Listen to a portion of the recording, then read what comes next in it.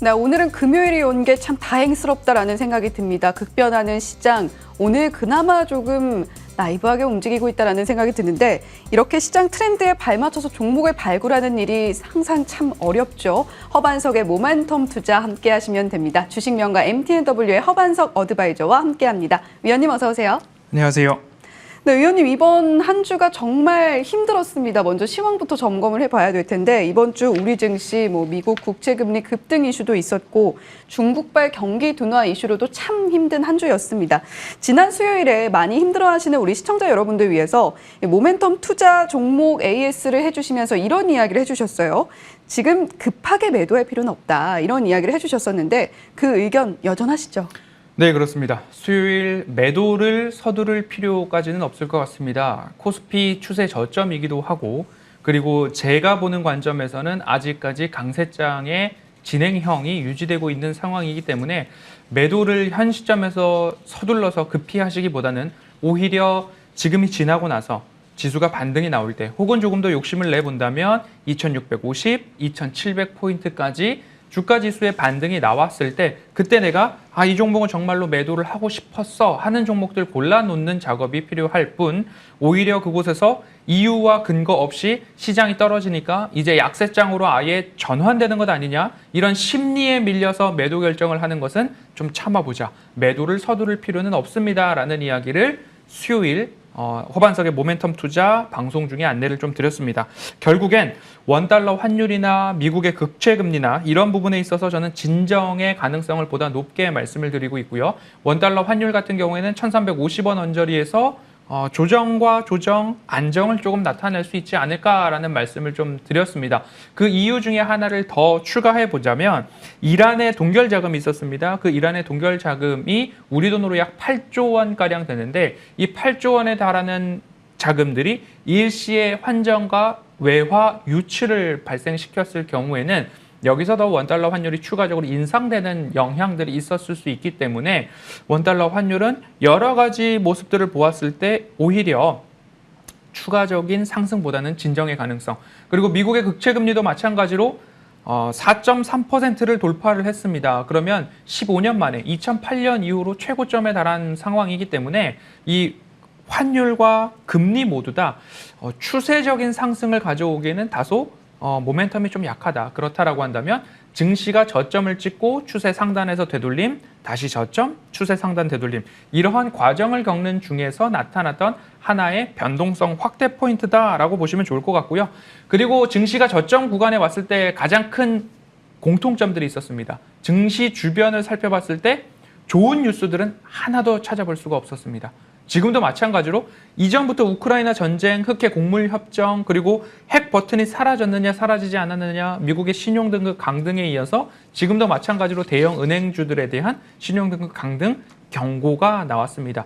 주변을 찾아보면 좋을 것 하나 없는 시장인데 데이터들은 조금 더 양호하죠. 산업생산, 소매 판매, 실업률, 고용, 그리고 필라델피아 연은의 제조업 지수도 예상치는 마이너스 10이었는데 플러스 13.5 수준으로 플러스 전환, 경기 확장 국면에 대한 시사와 언급이 있었던 것처럼 시장의 데이터들은 골디락스를 이야기할 수도 있습니다. 하지만 뉴스들은 1,400원 환율 넘어갈 거다. 시장에 안 좋은 뉴스들이 아주 많이 다 드리워져 있을 때 그때가 바닥이었던 경험들이 더 많기 때문에 오늘도 마찬가지로 매도를 서두르실 필요는 없을 것 같습니다. 제가 오전 방송국 오기 전에도 가족분들과 무료 톡방에도 마찬가지로 오전장 굳이 매도를 서두르시기보다는 환율의 움직임들 보면서 오후장에 기회가 오는지 살펴보시고 오히려 저는 월요일 밤 미 증시 마찬가지로 S&P 500 지수 반등할 때가 되지 않았나라는 이야기까지 오늘 동일한 포지션 안내드리도록 하겠습니다.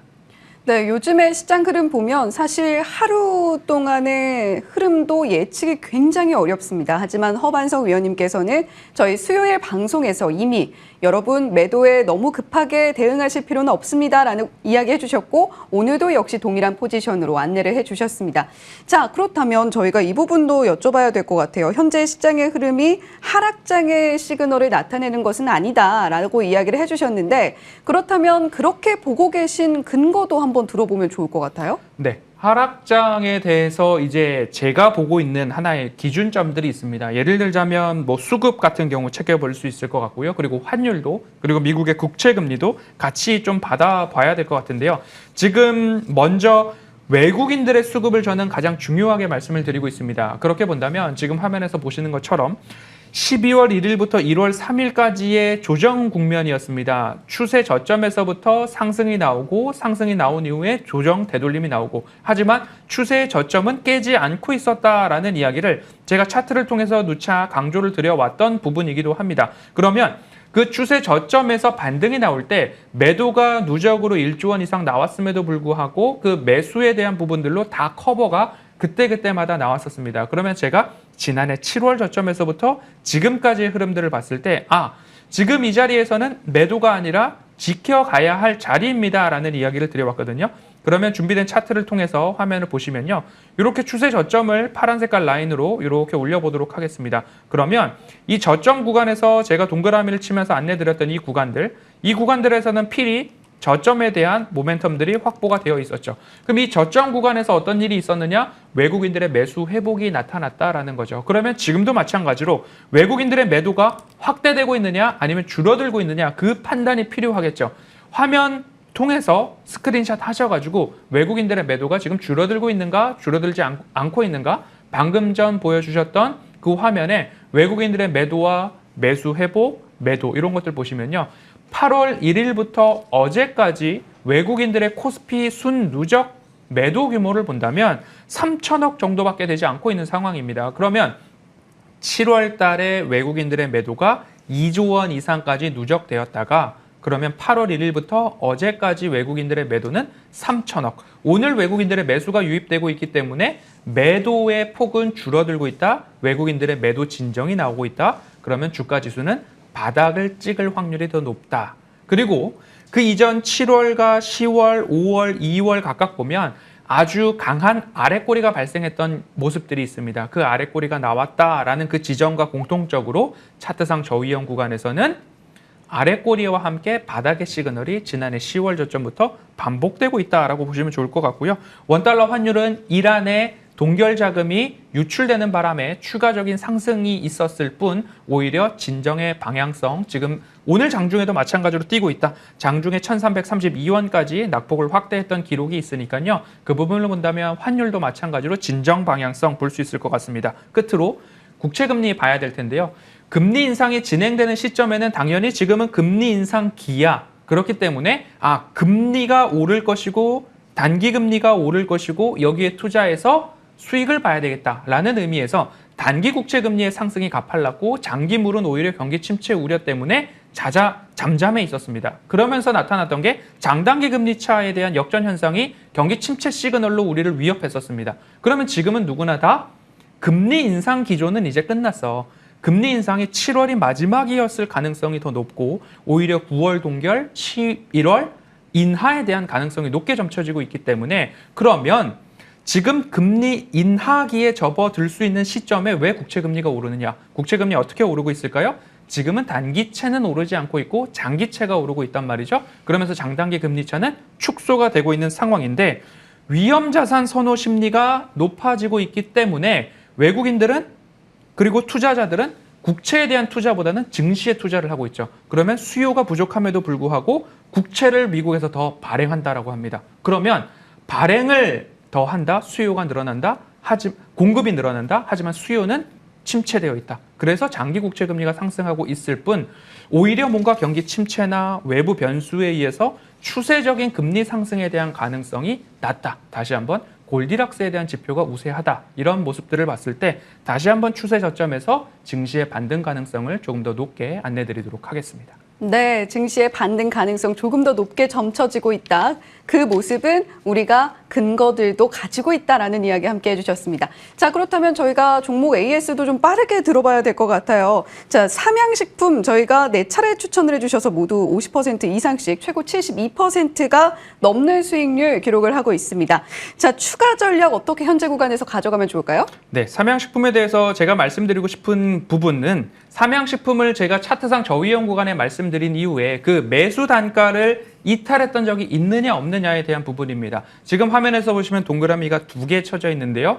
둘 다 매수할 수 있는 구간이었습니다. 그러면 그 구간에서 왔을 때 매수를 하고 위에 올라갔을 때 매도를 못했더라도 아래에 내려왔을 때 다시 매수할 수 있는 가격적인 하방에 대한 지지선이 삼양식품 차트를 통해서 확보가 되고 있는 상황이니까 여러분들이 모멘텀 투자를 활용하실 때에도 10분, 100분 이 매수가에 대한 하방 이탈의 요인이 시장이 전반적으로 하락하는 것 때문에 조정을 받았느냐 아니면 기업 개별의 위험도 때문에 펀더멘털 훼손 때문에 조정을 받았느냐 그 두 가지를 구분해 보시고 기업에 대해서 펀더멘털 훼손이 없다면 오히려 매수할 수 있는 종목들이 있다. DI 동일이나 S-오일이냐 아모그린텍이나 아비코전자 모두 다 시장 위험 때문에 잠깐 조정을 받았다라는 취지로 살펴보셔도 좋겠습니다. 네, 삼양식품 저희가 공개해드린 이후에 수익률 상당히 잘 나오고 있는데 오늘 모멘텀 투자 종목은 어떤 종목일지 빠르게 바로 확인해 보겠습니다. 네, 오늘 말씀드릴 종목은 MK전자입니다. MK전자도 차트상 저위험 구간에 움직이고 있다라고 그 화면을 보시면 차트상 저위험 구간 표시를 해 놓았고요. MK전자 실리콘 응급제와 관련된 이야기 나올 수 있고요. 그리고 반도체 쪽에서 본딩 와이어 시장 점유율 1위입니다. 그리고 HBM 후공정 쪽으로 패키징 저온 솔더볼 개발에 대한 부분들이 있습니다. 솔더볼에 대한 이야기, MK전자에 대한 이야기는 지금 방송 끝나고 나서 바로 직후에 있는 공개 방송에서 MK전자 조금 더 살펴보도록 하고요. 매수가는 15,000원 아래에서 매수를 일단 진행을 하셔야 될 것 같습니다. 어제와 오늘 모두 다 상승이 나왔기 때문인데요. 목표가에 대해서는 1차적으로 17,000원을 넘기는 선을 보고서 그리고 나서 추가 AS 드리도록 하겠습니다. 네, MK전자 가격 전략까지 함께 안내를 해주셨는데 방금 차트 보셨지만 저위험 구간에서 안내해주고 계시는 거니까요. 매수가 15,000원 이하에서 한번 해보시고 1차 목표가 16,000원, 손절가는 13,000원 제시를 해주셨습니다. 자, 잠시 후에 또 허반석 위원님이 무료 공개 방송을 여신다고 해요. 오늘은 어떤 주제로 하시나요? MK전자가 궁금하다면 오시고요. 스트롱 롱 포지션을 그렇게 주장하고 있는 이유와 근거가 궁금하시면 오셔가지고 지금 자리에서 무엇을 사면 좋을지 같이 의논해보고 고민해보는 시간 갖도록 하겠습니다. 네, 차트상 저위험 구간 늘 방송에서 안내해드리고 있는데 차트상 저위험 구간에서 매수해보고 싶으신 분들 무료 공개 방송도 참여해보시고요. MK전자 오늘 모멘텀 투자 전략 모멘텀 투자 종목이니까 이 종목도 꼭 자세한 이야기 와서 들어보시면 좋을 것 같습니다. 지금까지 주식명가 MTNW 허반석 어드바이저와 함께했습니다. 고맙습니다.